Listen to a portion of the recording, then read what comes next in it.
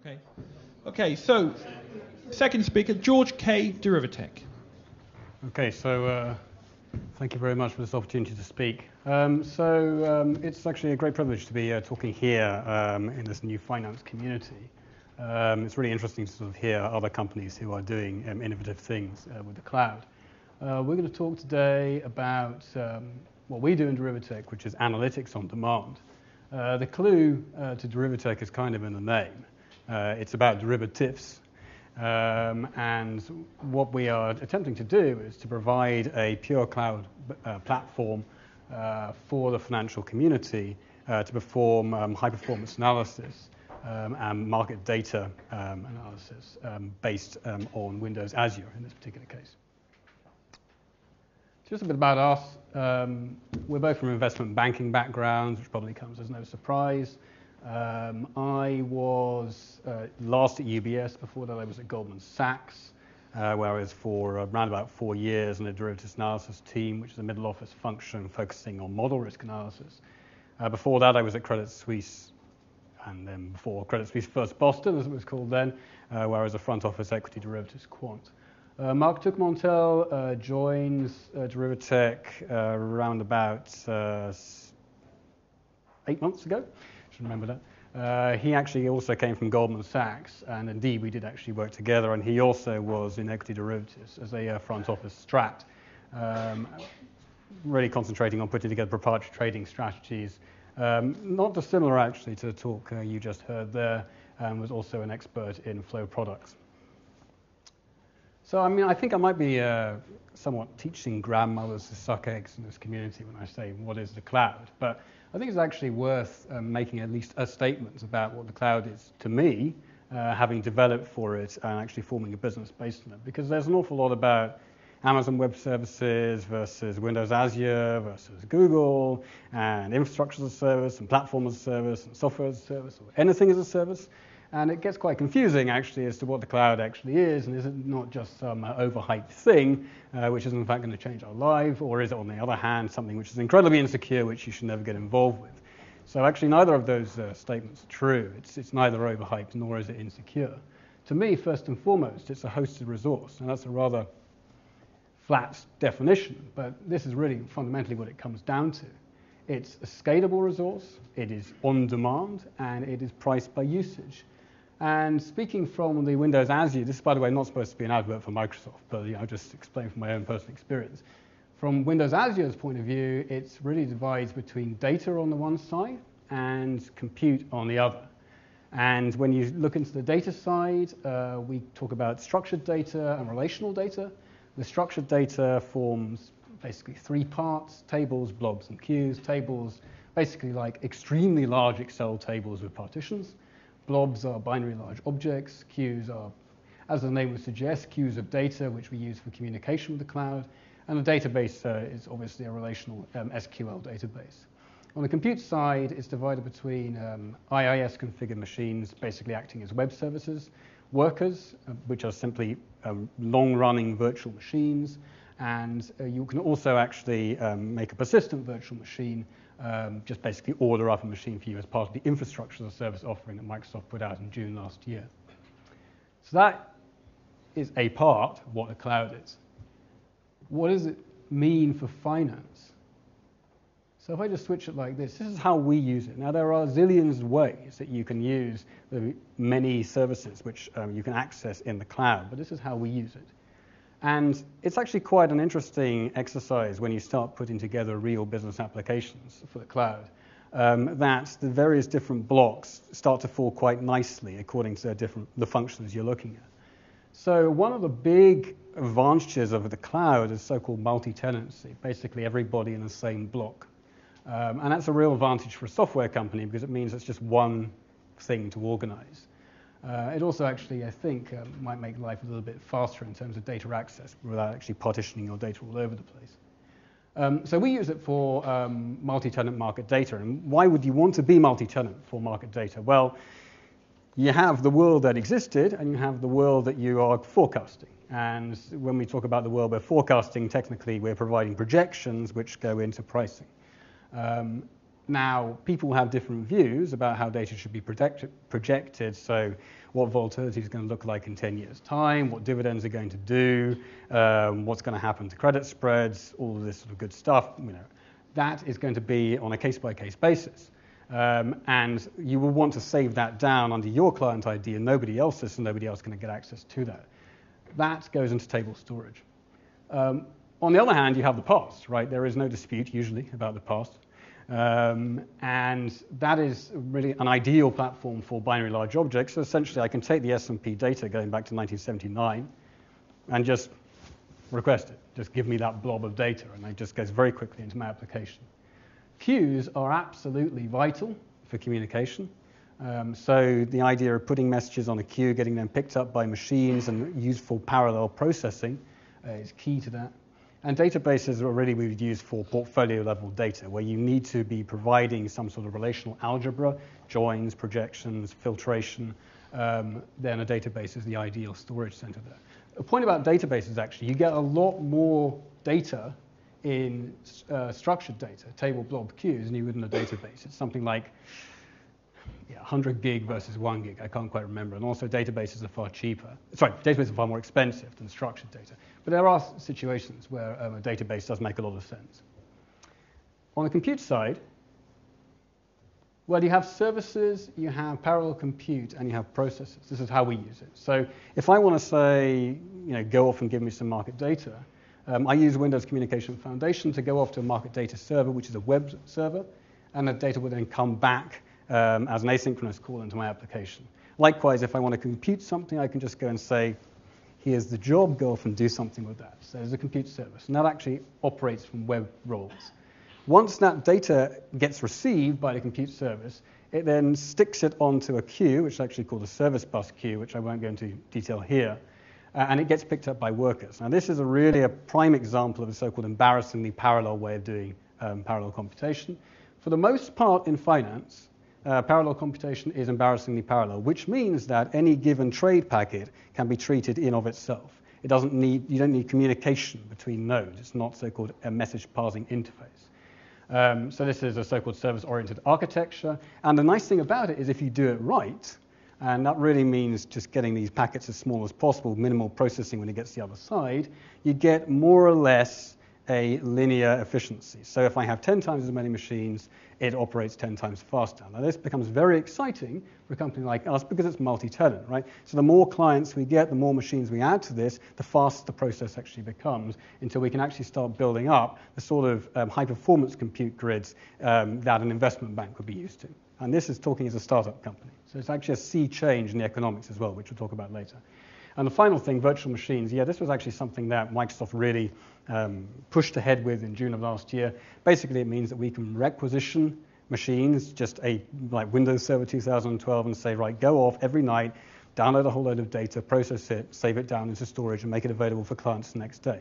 So this provides you a whole ecosystem for handling compute, data, relational data, processes out of the box. Now, of course, there's a lot of development to be done around this, but putting all of that together as a startup company would have required a very significant investment of money, which I simply wouldn't have been able to raise. So this, I think, has completely changed the capabilities that small companies can offer.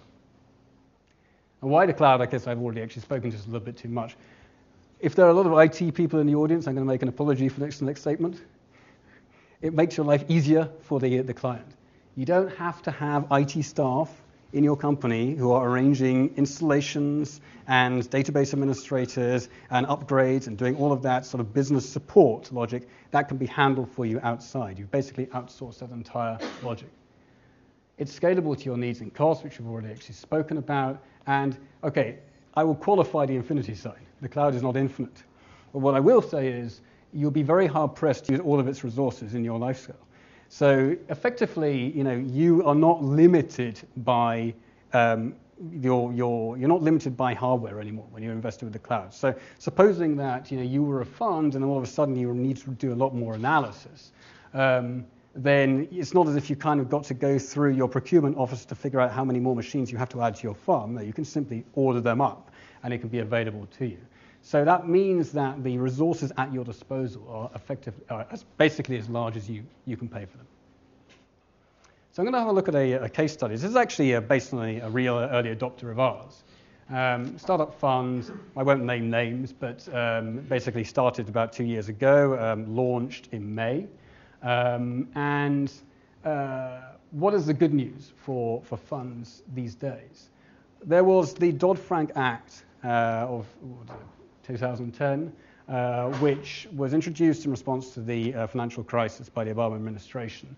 And one of the parts of that act was the Volcker Rule, which limited the amount of proprietary trading in your own account that you can do in investment banks. Now, if you are a star trader in investment banks and looking for large bonuses, you might think that it might be worthwhile to go off and form your own fund. So this caused actually a wave of new funds across the world, particularly in the US. On the other hand, of course, it's got to be more regulated. So the flip side is, if you're a hedge fund, you're now subject to more or less the same sort of regulatory constraints as the investment banks were, more or less because you have to be of a certain size. So if you have more than $150 million assets under management, you have to report on value at risk, counterparty credit exposure, and stress test. All of that is a lot of compute. And generally what new funds would have to do is to say, well, do I need this? Yes. Because even if you have less than $150 million assets under management, you just started, your investors or prospective investors would require you to demonstrate that sort of risk handling capability. So you have to invest in a lot of technology. And when I say a lot, the price tag is sort of in the region of £400,000 to £500,000 because you have to establish a value at risk system. You have to establish front to back systems. You have to establish risk analysis systems. So there's a very heavy upfront cost. The question is, what do you actually need to satisfy those risk requirements? Do you need all of this stuff? So what do you need?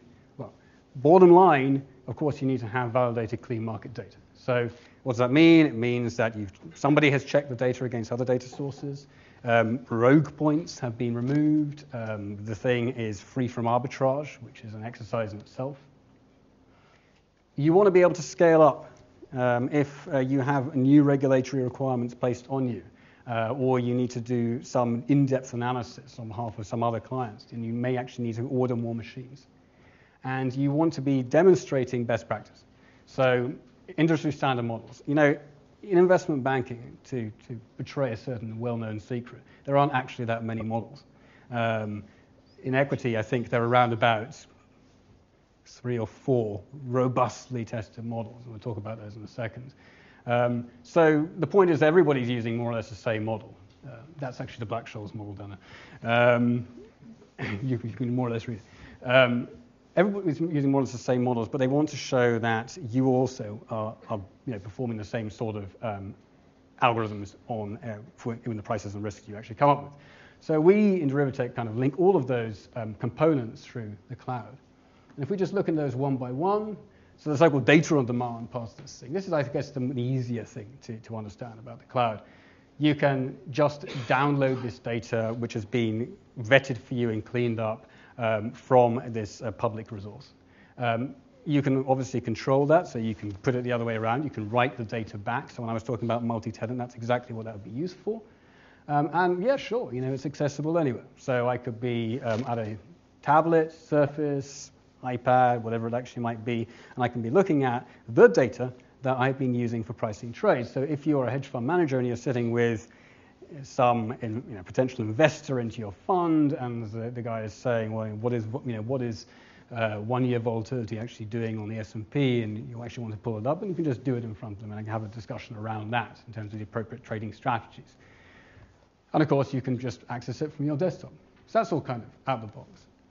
The thing which is, I think, a little bit tougher to understand is the compute on demand. And it's curious, it's because to me, this is totally obvious. You've got a lot of machines, right? So you're going to have a lot of compute accessible. I think the point is first that if you send calculations off to the cloud, then you can be assured that you're going to be getting state-of-the-art analytics back. You're going to be getting the proper numbers back. It will be scalable to your needs, meaning that, as I say, if you want more or less, you can scale up and down, remember. So if you get to the end of the month and you find you need to do VAR, you can scale up and then you can scale back down for your end-of-day risk. And yeah, this is a very important point, but just we will dwell on this in a minute.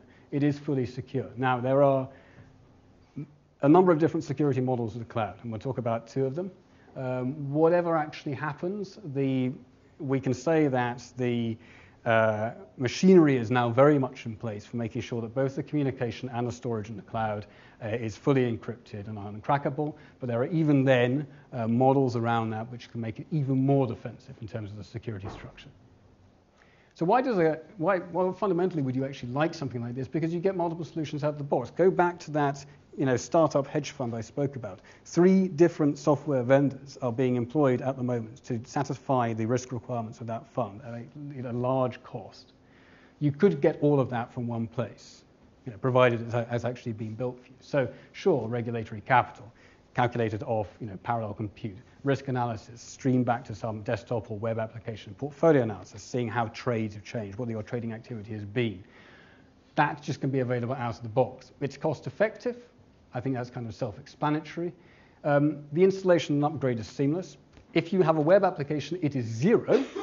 If you have a desktop application, it is small. It's simply a matter of actually re-downloading the desktop application. But in terms of the actual analytics, in terms of the way the market data is being handled, that's all being done in the cloud. And of course, there's no hardware maintenance because you don't own the hardware. It's sitting for you in the cloud. And that's actually, again, important. I mean, in terms of IT admin around this, getting people to build out more machines for your cluster doesn't exist anymore. So again, the other thing which I've to reiterate in this, to why it is attractive from a cost point of view, you can start at a very competitive level to begin with. So you can offer full usage of this, this software as a service at a starting level, and you can then scale up by usage. So you can get in a year's time and say, well, you've used this much, the average level for this subscription is this, so this means that you should be scaled up to this amount. If you don't want to scale up that amount, you can still use it, but it won't be as fast. So a real on-demand basis for pricing. And for us, of course, it's excellent because we can grow our revenues with client demand and numbers. And this is actually, just a story about how I got into the cloud in the first place. It was not the first thing that struck me. I started off Derivitec. I thought I was going to build a derivatives analytics business, and I was thinking about, sending out libraries to be included in spreadsheets and the usual traditional licensing model for a software vendor. And guess what? This is a very crowded space. There are a lot of very well-established players out there. So how on earth am I going to be able to build out to sort of scale that would need to make this a successful business, given the limited capital I had available? And the cloud really allowed me to do this because I can focus on people who are in the same position as myself, startups, and we can grow together. I think that's actually a very attractive feature about this. So what we have now, you can download it and play with it. It's totally free. If it breaks your machine, I'm sorry. No, it won't. It'll be fine. This is we call it the trade blotter. Trade blotter is a term in investment banking which basically means a trade inventory system. So what you can do with this, and I'll attempt to demonstrate it in a second, is you can book trades, you can build up books, you can build up portfolios, you can price off it. The market data is streamed from the cloud. We will be including parallel computation in the cloud as well. That's in beta. You can dive into trades, you can see what's going on, and it gives you like a very high degree of explanatory power. I think the attractive thing about it now, it's out in sort of demonstration version, really just to get feedback. But what is attractive about it is the amount of installation basically takes around about 30 seconds to 1 minute, and you can actually start building up portfolios and trying out strategies very quickly. And indeed, one of our early adopters, actually the case study early adopter, was able to rebook their trades in this in a single day. It was very quick for them to do. Which was, an attractive lesson. It only covers the US at the moment, just for demonstration purposes. So we cover the underliers of the S&P 500, including the implied volatility surfaces, and it covers dollar. Obviously, that will be built out to the other label currencies for the first paid release, and it will be including other major indices across the world when the demand exists for those. Also, I did mention about data on demand, just to show this. So Microsoft, is there anybody from Microsoft? Good, excellent. So Microsoft was badgering us forever to get Windows 8 applications out. And finally, I just said, OK, fine, I'll make a Windows 8 application. But actually, it turned out to be quite popular. So this is something you can see on a Windows Surface. And yes, we will adapt it to iPad when I can get my head around Objective-C. But basically, as I say, you can be looking at the trade blotter, you can be looking at this, you can be flicking through the screens, it's all touch sensitive, and you'll be able to have a discussion about the data that you are using to price. OK, good. So I'd just like to try to pull up the application. Yeah, cool. So I suppose I don't have a pointer. Never mind. I'll point my finger. This is a kind of a semi-pre-prepared application because I'm always used to Wi-Fi going down in the middle of demonstrations, so apologies. But what we have here is a universe of different trade types that we cover: European options, American options, stock futures, swaps, and variant swaps. So really not a very exotic space if you know derivatives, but actually covers an awful lot of the derivatives traded by hedge funds. What's missing there in that space is actually convertible bonds, but we will cover those as and when we get the credit data. What's happened in terms of the cloud at this point is when you loaded up this portfolio, it downloaded all the market data which was relevant. So in this particular case, I made life easier by concentrating on Microsoft, another reason asking anybody from Microsoft, and the associated dollar curves and calendars and anything else that you might need for pricing those trades. So hopefully, if I press F9, oh, fantastic. So now it's actually gone off and calcs something. OK, fine. So what somebody can do on this? Well, first they can start to analyze these positions. So they can just double-click into these books. They see a trade. They can go and see a structure, which is rather boring call. And then you can actually see the actual details of the trade itself. A point actually about, again, well, we'll talk about this with the architecture slide, but in terms of cloud security, this is the sort of information you would send to the cloud. That you've got this option on Microsoft. You wouldn't say you have 1 million on Microsoft or something which allows you to work out your position at the moment. And then if you want to delve further, you can just click into that. And this is going to be quite difficult to see on the screen, so let me just drop this down. OK, that's reasonable. So stock history, implied volatility curves. And I can just delve into that, and I can have a look at implied volatility surfaces. Apologies for people who are not familiar with derivatives. It's probably gobbledygook, but this is the sort of stuff which is absolutely bread and butter to somebody who's trading these positions. So this, would give somebody confidence that indeed they are mark to market. You can see that well curves do indeed go through bid offer on vols. So that's kind of good. But what they also do is they can go off and actually book stuff. So if I just want to add a new book, I just say, OK, fine, let's add a test book to this guy. And I can just add a trade. I can add something to that.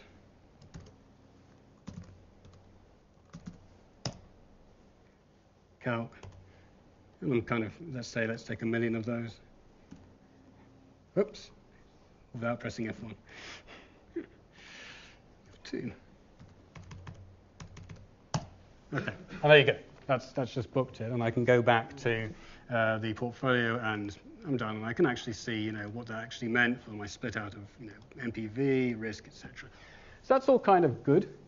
It's nice. There's good feedback on this application. You can see it's a hybrid solution, right? We have a desktop application, and it's communicating with the cloud. And the communication at the moment is at the market data level. It can also be at the compute level. But the question is, is that really what we want to be moving with? Oops. Let's just go back to this. How did it actually work? This is a not too difficult architecture diagram. So here is me on premise. And you remember I pulled in data into that application. So the portfolio data was just in a local database, at which point it pulls market data across the firewall. And then when I compute, I pull out the parts of the trade I'm interested in, send those descriptions off. It gets picked up by a compute server, and the results posted back and reaggregated with the application. So good. It's a hybrid solution. But what's the problem with that? Well, OK, I'm going to say honestly, our first software release was 99% successful, apart from the 1% where it actually caused a problem on this machine. It wasn't our fault, it was just he had a funny machine. So one of the problems with desktop applications is you can never be prepared for the client configuration. It actually adds an extra risk to you as a software vendor. And the other problem, I guess, about having a desktop application is upgrades are just a little bit harder. You know, I mean, if somebody does indeed have IT admin on their machine, fine, easy. But if they don't, or if they're working in an investment bank, then they've got to go through a process to be able to upgrade. So that just becomes awkward. You know, what could you have? You could have this, right? We could be really pure about this and say, let's make everything pure cloud. So there's my machine. I open up my browser, go to the website, open up my portfolio, having logged in with my credentials, and now I want to go off and calculate something. It sends messages off to a compute service, which sends messages off to a bunch of workers, which sends stuff back, repopulates that web page I'm seeing, and you can see all of that, and the data will come from the cloud. Now, that is the rub of the matter. Are we happy with that? Well, the answer is actually mostly yes, surprisingly. When we speak to our early adopters, their basic view is, if you can prove to us that the encryption around the data follows best practice, then we would actually much prefer to have a pure cloud solution. That's actually really interesting, because when coming from an investment banking background, you know, 2 years ago, when you spoke about cloud, people would glaze over and start saying, there's no way I'm going to put my data in the cloud. There's nothing I want to have to do with it at all. I think that culture has now changed. So I think the arguments in favor of the sheer convenience, certainly to the client, of having something in the cloud is very strong. It is massively more convenient for us. It means that we can have one version of the software. When we upgrade our views to the application, we just do it and it will appear. We can point people in the direction of links rather than pointing them to downloads. They can look at this stuff, you know, even if they have they don't have IT admin privilege. They can just go to the website. So it's great in terms of the marketing side of things as well. So I think this is probably the direction in which we're going to be going. And to prove it, here is one I made earlier. So this actually is, if you can see it, this is, in fact, a web app. And what's actually happened here is we've calculated a portfolio. And indeed, what's happened is the web app itself has sent a calculation request off to a service, which has then sent numbers back and populated the screen. That is a pure cloud instantiation. And this is actually the sort of thing which I think gets people more excited in terms of new finance and innovation than the sort of hybrid desktop solution, which, frankly speaking, is more of a kind of band-aid to that transition. This, I think, is the direction things are going to be going. Okay. So if I just go back to finish this off.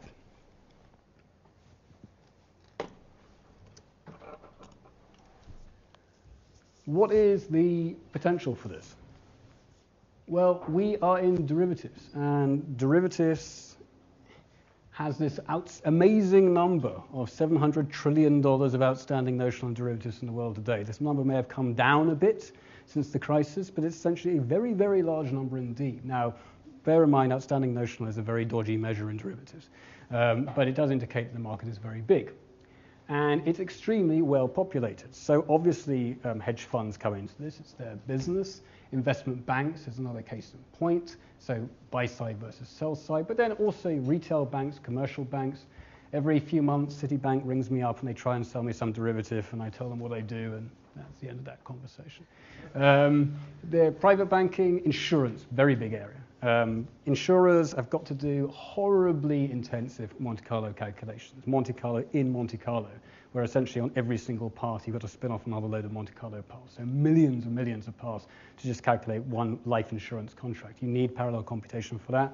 Towers Watson is a firm which has got heavily into that based on Windows Azure. On the asset management side, StatPro is a company which has gone pretty much pure cloud in providing a web front end to asset managers, and has been very successful in doing that. And the same goes for investment management, and pension funds actually kind of fall into the same category as insurers in this respect. So all of these people, in one way or another, are using derivatives. You might think that your pension is a nice little pool of money. In fact, it's backed by an awful lot of derivatives to make sure that when the market goes down, you're not going to be impacted by that. They all need to calculate regulatory capital correspondingly, and they all post-2008 need to cut costs. So the rationale behind moving towards something like a cloud-based solution is manifest. And I think that in terms of new finance, this is the way things are going to go. So sure, the potential for this is huge. I'd like to just finish by saying that, there's a very deep issue here, which is, yeah, for sure, for us, it facilitates the software vendor. It allows us to do things that we would not be able to do as a small company otherwise in terms of compute and data. It for sure facilitates the client. It cuts out an awful lot of the IT overhead for them. It cuts out an awful lot of the hassle. But it also provides a common basis for risk measurement. So regulators, I think, will also love this sort of thing. You are going to be able to have common risk reports right across the industry, from the smallest hedge funds to the largest investment banks, and that, frankly, can only be good for all of us. So I think that in terms of innovative finance, this stuff not only affects people working directly in finance, but affects the world in general. Thank you very much. Thank you, George. Questions?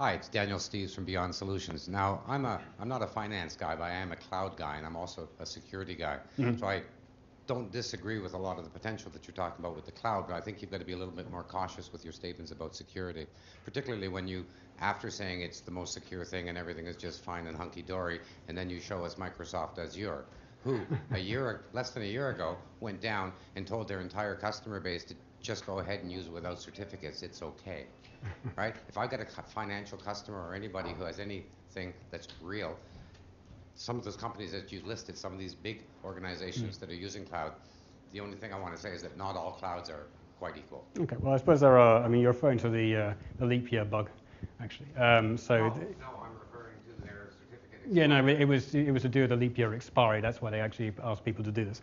Yeah, kind of embarrassing for them, actually. So, yeah, absolutely. I think there are a few points to make on that. Security, I think, divides into to two main camps. One is security of the connection, the actual transport, and security of the storage. So in terms of the security of the transport, sure, of course, it's over HTTPS with SSL. In terms of the data, of course, any data which you're going to store in the cloud is going to be very heavily encrypted. So that even if somebody were somehow to get access to your database, it wouldn't actually mean anything to them. However, your point is well made, that I still think that we will be in this kind of two-horse race, where we have people who will want to have hybrid solutions and want to have their data sitting on premise, and those who are happy to move to the cloud.